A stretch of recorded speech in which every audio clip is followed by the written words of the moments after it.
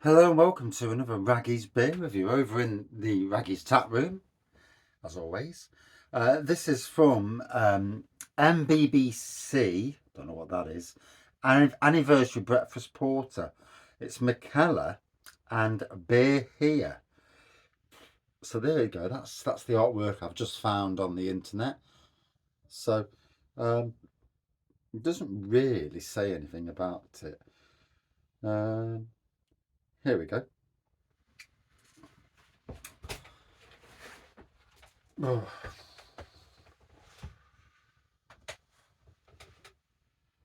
Oh yeah, there we go. I think anyway. I'm over 18. No, over 18. Jesus Christ! Pick the one. Oh, pick off! Oh, for God's sakes! Yes, I'm over 18. Bounce me off the side, the buggers.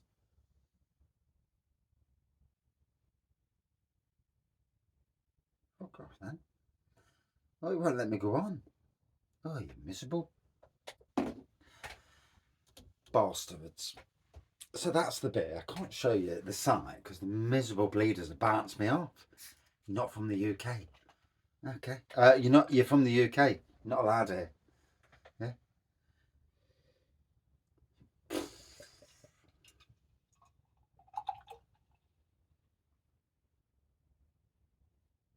And there we go. Lovely black pour with a good dark tan head, which is only getting bigger. That's what she said. 7.5% from Denmark. What have Denmark got against Raggy again on their site? Not good. It's naughty. Yeah. And you want us to look at your beer.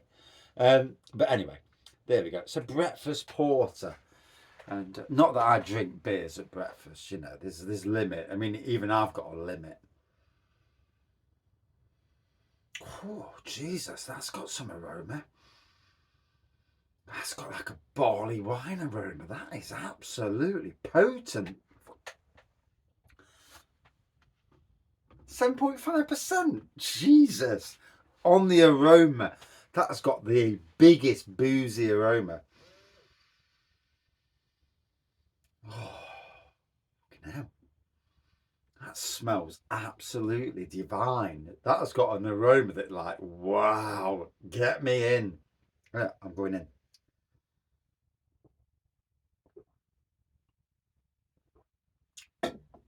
I get that toastiness from it. And my phone's died. Absolute twonk. Yeah. I get a right toastiness from it. I can see why they say it's a breakfast porter, because it's like a really burnt toast offering in a beer. It's different.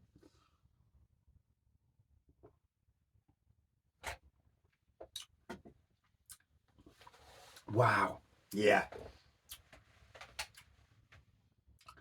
Yeah, that like a toast, like a burnt toast coming through.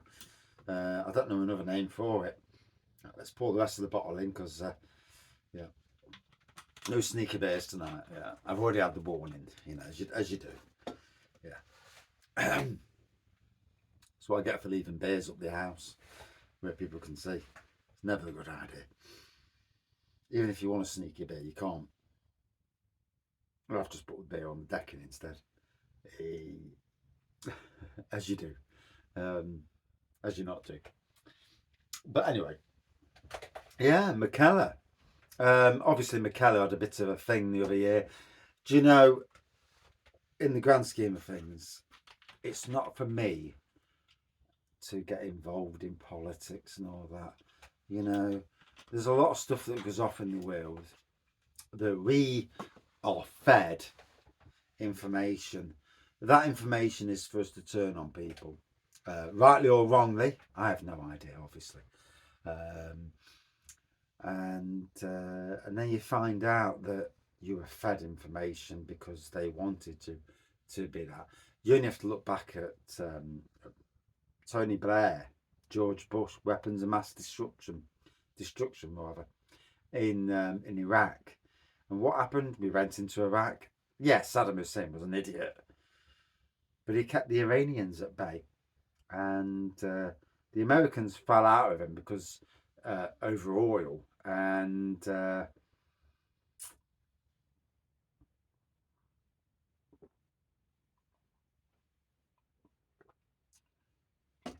a lot of stuff that happens in the world. And like I say, are the media controlled? Yeah, I think they are in a lot of ways. Or they're fed information that they think is news, but it was fed to them for that reason. And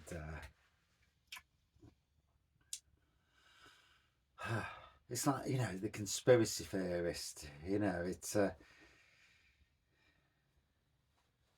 unless I know somebody's telling the absolute truth, I do wonder, you know, with a lot of people in life, not just people, but websites, governments certainly.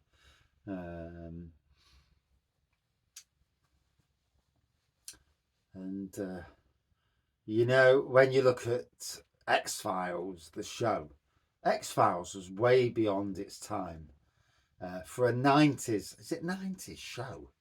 Fucking hell. For a 90s show, the pandemic, it foretold this pandemic that we're having, COVID. It foretold the vaccine. It foretold it. If the vaccine turns out to be anything more than just a vaccine, we shall see in the long run, I suppose. You know, if anybody's brave enough in government, in any government around the world, to admit to it, that it, you know, yeah, conspiracies, eh? I mean, I worked with somebody, not at the moment, but a year or so ago, and he was as paranoid as they come about COVID. And he may have been right, but some of the stuff he was coming out with, and you had to wonder what the fucking planet he lived on. But he may have been right, and that's the scary thing.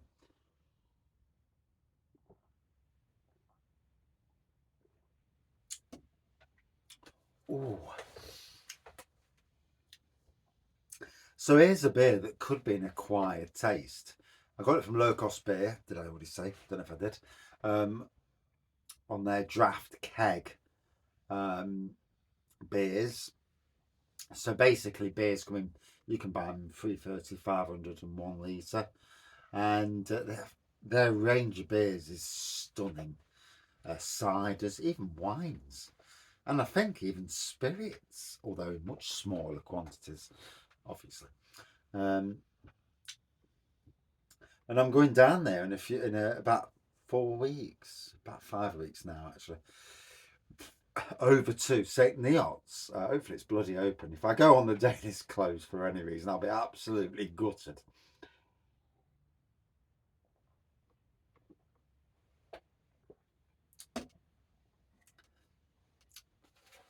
And I'm going with the whole intention, if I've got the pennies, to buy as much as I can. That I haven't reviewed before and that I like, obviously. I don't want to buy stuff that I've reviewed before and I don't like because, you know, there's limits in life. But certainly stuff I've never reviewed before because that's what makes this channel, for me, interesting, you know. So this, it's very much, it could be an acquired taste for some people. I'm getting burnt toast in a beer. Hence the breakfast porter. Is that why? I don't know. You know, it's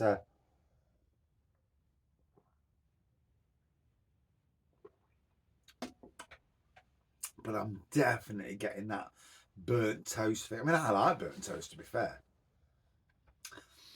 Till some twat on the TV said, "Oh, burnt toast gives you cancer," and it's like, for fuck's sakes, what doesn't?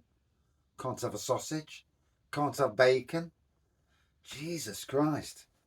Hey, next I'll be saying mushrooms are cancerous. Hey, always some fucker moaning. And oh dear. A raggy reviews, nothing like anybody else's. Yeah, I'm probably the most unique beer reviewer out of a lot. Even the ones that are, pour the beers down the sink and you know, and offensive to people. My beer reviews are totally different to all that. Yeah, and not overly offensive either, hopefully. But yeah, wow. And I need to watch it when I go up the house because I can feel, when you feel that you've been walloped. Yeah, I've been walloped. And although I'm going to drink the rest of this because why wouldn't you?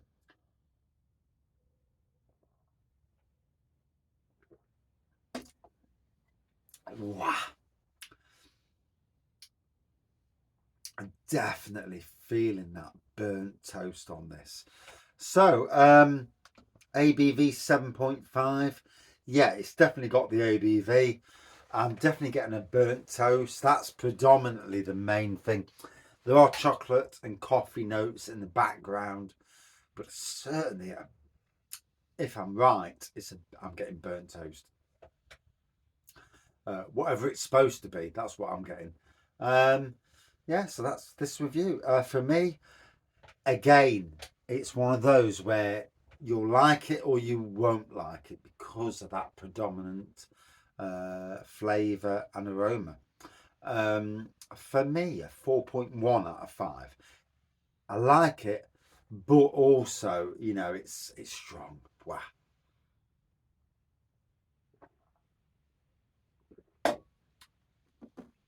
Whew, it's got some bloody kick in it. And that's it for this review. Thank you for watching. Cheers all.